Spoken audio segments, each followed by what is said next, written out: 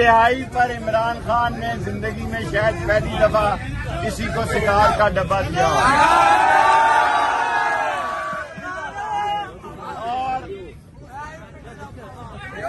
اور انہوں نے کہا ہے کہ میں شام 9-10 بجے بھی آؤں اور کل بھی آؤں، اس لیے صبح 11 بجے میں اپنی قیامگاہ پر اہم ترین پریس کانفرنس کروں گا صبح 11 بجے۔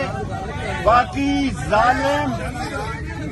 ظالم ڈاکو چور لٹیرے سن لیں کہ جو 90 دن سے الیکشن کو آگے لے کے جائے گا وہ غدار ہوگا، اس پر آرٹیکل 6 لگے گی۔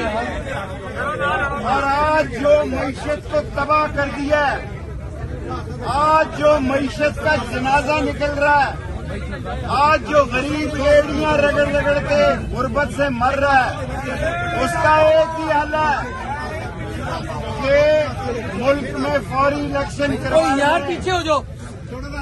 اور میں کبھی خواتین پر بات نہیں کرتا، مریم میری بیٹیوں جیسی ہے، لیکن اپنے شوہر کو تو ساتھ لے گا۔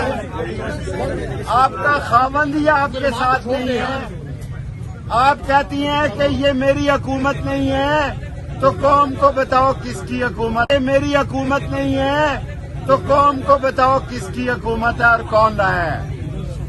اگر جرت ہے مریم میں تو قوم کو بتائے، وہ کہتی ہے یہ میری حکومت نہیں ہے، تو قوم کو بتائے یہ کس کی حکومت ہے، کون لایا ہے؟